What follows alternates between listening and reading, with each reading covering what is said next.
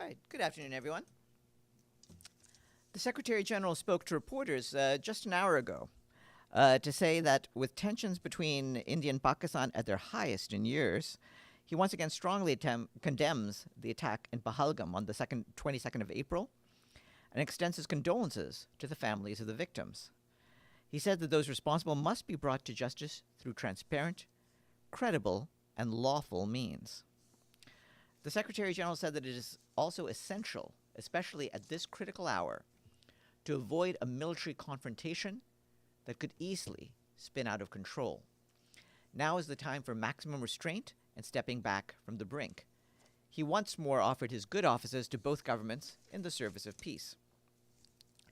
The Secretary General will be traveling to Copenhagen in Denmark tonight, where he will chair the biannual session of the UN System Chief Executives Board for Coordination, also known as the CEB, which brings together the heads of the UN system organizations.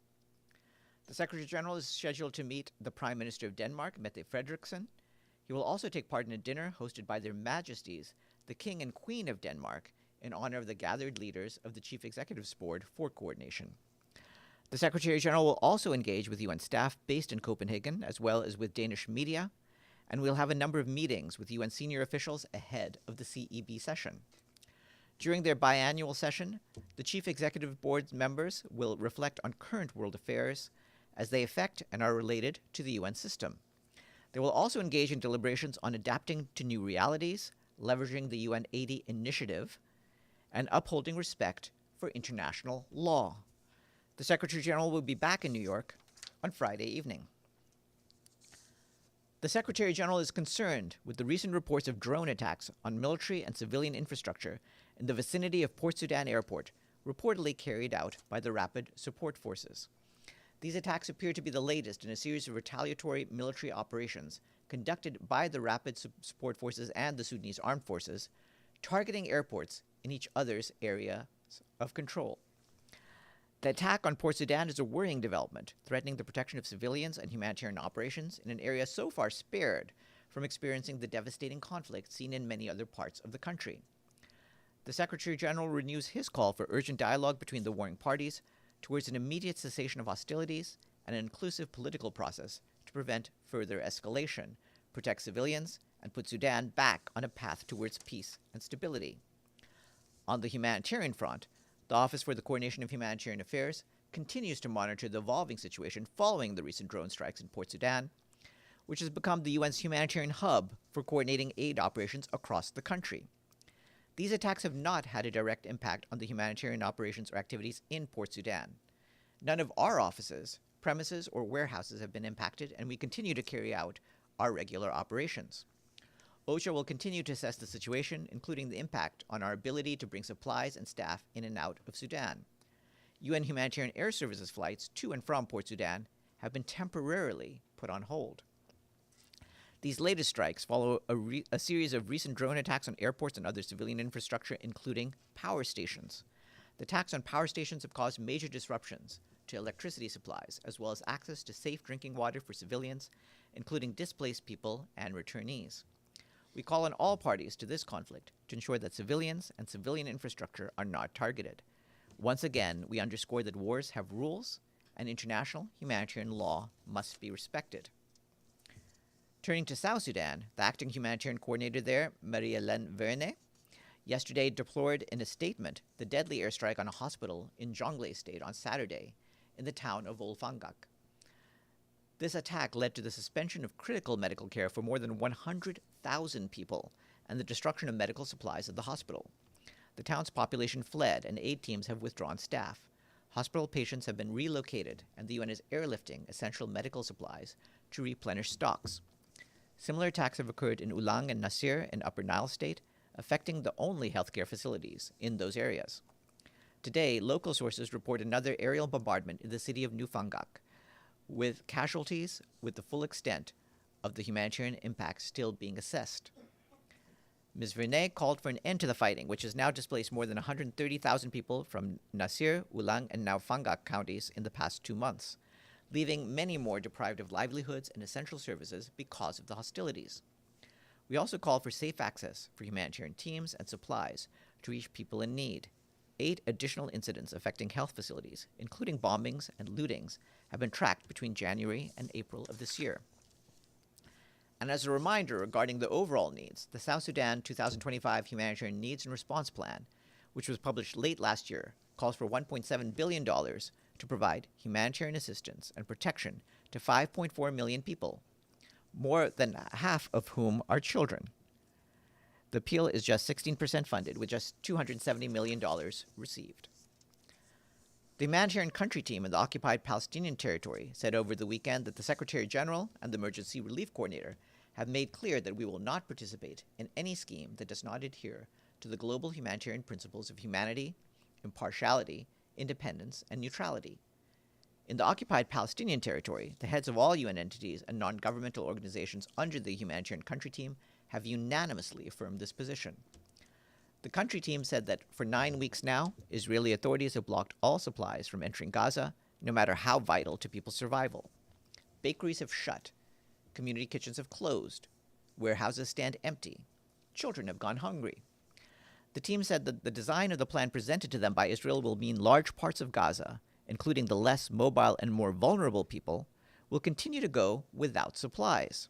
It contravenes fundamental humanitarian principles and appears designed to reinforce control over life-sustaining items as a pressure tactic, as part of a military strategy. The team asserted that we are ready to again scale up the delivery of critical supplies and services, and we have significant stocks ready to enter as soon as the blockade is lifted. Meanwhile, the Office for the Coordination of Humanitarian Affairs warns that airstrikes and other attacks continue across the Gaza Strip, with reports that scores of people were killed and hundreds injured over the weekend. This includes children and other civilians. Our humanitarian colleagues tell us that robbery and looting have become a daily reality, especially in and around Gaza City. And that's parallel with the depletion of supplies. Businesses are being targeted. There have also been attempts involving UN warehouses, and in most of those cases, our guards have managed to stop them, or the looters have found the warehouses already empty after more than 2 months of total blockade. Last week, we mentioned that water pumping and sanitation systems in Beit Lahiya in North Gaza Governorate had gone down because fuel had run out. Those services are still not back, as fuel remains unavailable. And to make matters worse, on Friday, a major water line from Israel was damaged, cutting the water supply to northern Gaza, including Gaza City, by half. Only yesterday were teams able to fix it, as this repair work required coordination with Israeli authorities. Also yesterday, a UN team on the ground managed to retrieve some fuel from a station in Gaza City, after the Israeli authorities facilitated our colleagues' efforts to reach it. But they warned that much of the fuel reserves remains out of reach because the supply is in areas where Israeli authorities systematically deny our access. In Rafah, not a single attempt to retrieve fuel has been facilitated since the 18th of April. OCHA reminds us that fuel is essential not only to power water wells and treat sewage, but also to keep intensive care units and ambulances running, just to name a few of the life-saving services it keeps going. Moving to Lebanon, as part of our ongoing efforts to strengthen ties with local communities, the head of Mission and Force Commander of the UN Interim Force in Lebanon, Lieutenant General Araldo Lazaro, today in Marjayoun met with 13 mayors and local leaders from Sector East. This meeting follows a similar engagement held last week with local officials in Sector West. Lieutenant General Lazaro reaffirmed UNIFIL's steadfast commitment to supporting local communities. He highlighted the mission's direct assistance by its peacekeepers, as well as through its coordination with the Lebanese armed forces and humanitarian agencies. During the weekend, UNIFIL peacekeepers continued to discover unguarded weapons and ammunition caches, including rockets and rocket fuses in Sector East, which were reported to the Lebanese armed forces. UNIFIL also conducted operational activities in support of the Lebanese armed forces deployment along the Blue Line and joint operations against rocket launching. The humanitarian coordinator for Ukraine, Matthias Schmale, today condemned the large-scale attacks on Kharkiv and other densely populated cities across Ukraine over the weekend. Between Friday and today, drone attacks and hostilities in the cities of Kharkiv, Kiev, and Cherkasy, as well as in several regions, including Sumy, Kherson, Dnipro, and Donetsk, killed 12 people and injured more than 100 civilians, according to local authorities and partners. The attacks also damaged homes, schools, a hospital, and other civilian infrastructure. Nearly 370 people, including 42 children, were evacuated to safer areas, according to authorities. Humanitarian organizations provided first aid, psychosocial support, emergency shelter kits, repair materials, meals, and drinks. Meanwhile, yesterday, a fire triggered by a strike near the city of Izium in the Kharkiv region burned 85 hectares of land and damaged over a dozen buildings. No casualties were reported. Emergency services and deminers are mobilized, and humanitarian partners are providing food and water. Finally, regarding health, we and our partners have reached 600,000 people so far this year, with first aid, medical transport, primary care, and mental health support, including at transit centers for displaced people. Attacks on healthcare continue, with 39 incidents verified in March alone, causing 13 injuries and 1 death among health workers and patients. I would like to read into the record that on Friday, the Secretary General appointed Maria Angela Holguin Cuellar of Colombia as his personal envoy on Cyprus. Following the conclusions of the informal meeting in Cyprus in a broader format held in Geneva on the 17th and 18th of March, the Secretary General has asked Ms. Holguin to re-engage with the parties in order to work on next steps on the Cyprus issue and advise him. Ms. Holguin completed a previous assignment as personal envoy of the Secretary General on Cyprus from January to July 2024. Ms. Holguin brings extensive diplomatic experience at the highest levels, including as Minister of Foreign Affairs of Colombia. And adding to this, today, the Turkish Cypriot leader Ersin Tatar and the Greek Cypriot leader Nikos Christodoulidis met under the auspices of the Special Representative of the Secretary General on Cyprus and Deputy Special Advisor Colin Stewart in Cyprus. The leaders welcomed the reappointment of Maria Angela Holguin Cuellar as the personal envoy of the Secretary General on Cyprus and looked forward to receiving her in Cyprus in the coming weeks.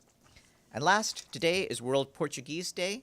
Portuguese language is one of the most widespread languages in the world and the most widely spoken language in the Southern Hemisphere. It's also the first language of our boss.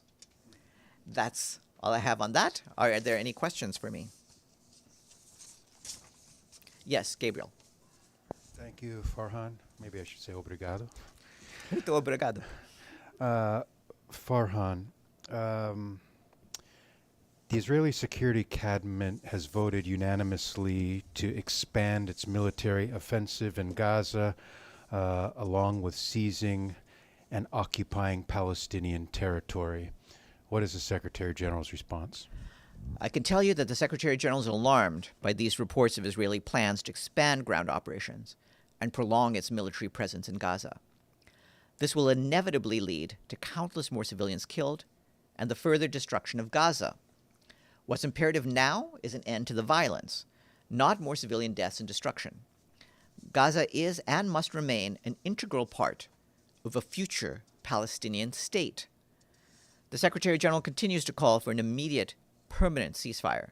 The hostages must be released immediately and unconditionally. Yes, Amelie. Thanks, Farhan. Just a quick question on the Secretary General visit to Copenhagen. On Wednesday and Thursday, there's a climate summit or ministerial high-level meeting. So since he's over there, I was wondering if he's supposed to take part to this climate meeting. I don't have any involvement in the climate meeting to announce. On Thursday and Friday are the days when he will be most involved in the Chief Executive's Board's meeting. So he has a fairly full program for those days. If there's any changes, we'll let you know. Okay, one more? Sure. I have a follow-up on Israel's plan to change the way that aid is distributed in Gaza. You spoke about the statement released by the Humanitarian Country Team. Mm-hmm. My question is, has the Secretary General seen the plan as Israel is presenting it? Has he been briefed on it by Israel directly? Well, he's been in touch with his officials, including our officials on the ground. And the Israeli authorities have provided our people with a verbal update on their proposed plans.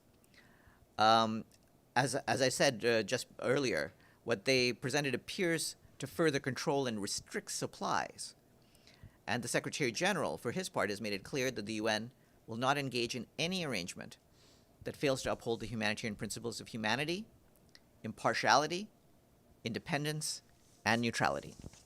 And on this kind of relates to Copenhagen a little bit, but on the UN 80 initiative that he presented publicly in mid-March, when do we expect to hear an update from him on this? Because as you well know, there are lots of emails circulating within this organization about proposed changes and cuts. When will you think we will hear from the Secretary General on any update on UN 80? Well, we're going to have sporadic updates for you as the initiative proceeds. One thing that's happening over this coming week is that the Chief Executives Board themselves will be discussing the UN 80 initiative. So that will happen towards the end of this week. And we'll see as a result of that whether there's anything further. But we're in touch with the team.